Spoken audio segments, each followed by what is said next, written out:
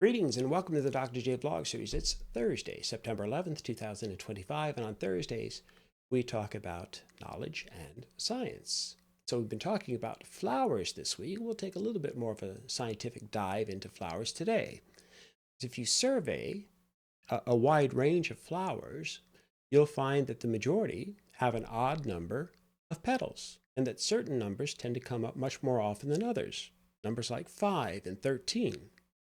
In other words, the petals on a huge variety of different flowers typically appear in the Fibonacci sequence.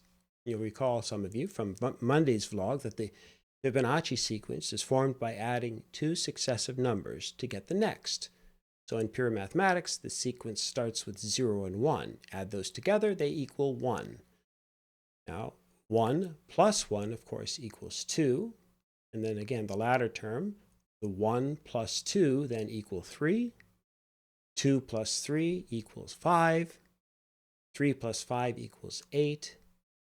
5 plus 8 equals 13, and so on. So that's the Fibonacci sequence. This is a quick reminder. So the series continues again with 13 to 21 to 34 to 55. And that's what you'll see a lot of when you look at nature and if you look at flowers. And especially at 34 and 55, you'll see that with a lot of daisies and asters. So from a scientific and evolutionary perspective, what's the benefit of having these distinct patterns of 5 or 8 or 13 or 21 petals or whatever the number might be? Well, the point is that by packing as many petals and leaves and seeds into the available space and at the correct angles, plants then can actually maximize their exposure to the sun. See, plants don't have a choice, if you will, the way we think about it in human terms, to simply arrange their petals in specific rows or one right next to each other, like stacking fruits in a box, but instead they grow outward from a central point, or the tip of each growing shoot that's called the meristem.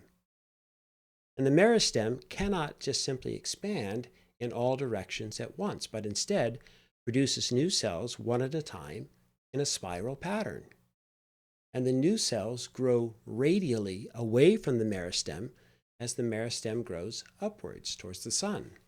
And you can think of kind of like the thread on a screw, and imagine tracing that thread from the tip to the head with the leaves and the petals appearing, I should say, at equal intervals along the pathway. But only certain intervals will produce a viable plant. Okay, and this is in the context of something called phyllotaxis. Okay, in phyllotaxis, new plant parts emerge at a specific angle relative to the previous part. Okay, and it's an angle that's frequently related, by the way, to the golden angle, which is approximately 137.5 degrees. So it emerges then in just this angle in such a way, this precise arrangement allows for the plant to maximize its exposure to sunlight, or at least the exposure for each leaf individually to get maximum sunlight, while reducing at the same time the possibility of leaves shading one another. So you have to have them developing.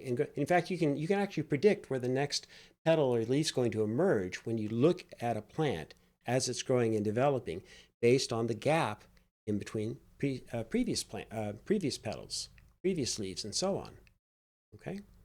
So, for example, sunflowers typically then exhibit two sets of spirals that follow consecutive Fibonacci numbers. One that's set in a clockwise direction and the other that's set in a counterclockwise direction. Again, you can check this out for yourselves if you like, just by traveling down to nature, to your local forest, or go to your local plant nursery.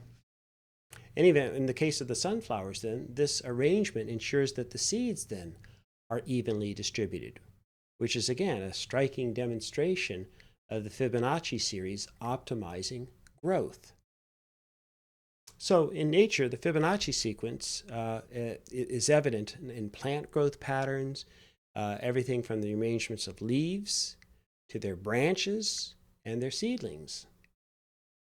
So in effect, then the Fibonacci sequence seems to govern several natural phenomena, including the number of spirals in the sunflower head I just mentioned, the arrangement of leaves around a stem, the branching of trees.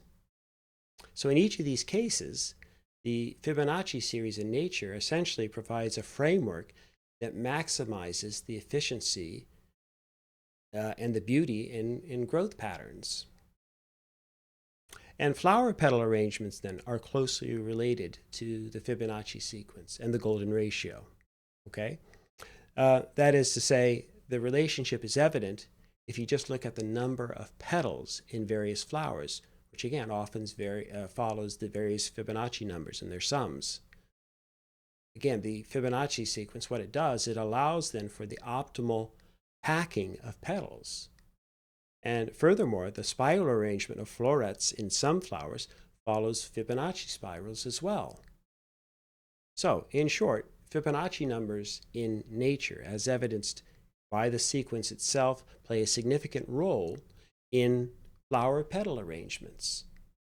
And the pattern contributes both to the beauty of the flowers, the aesthetics, but also to the functionality and the evolutionary advantages of flowers in order to be able to maximize or enhance their chances for survival and reproductive success.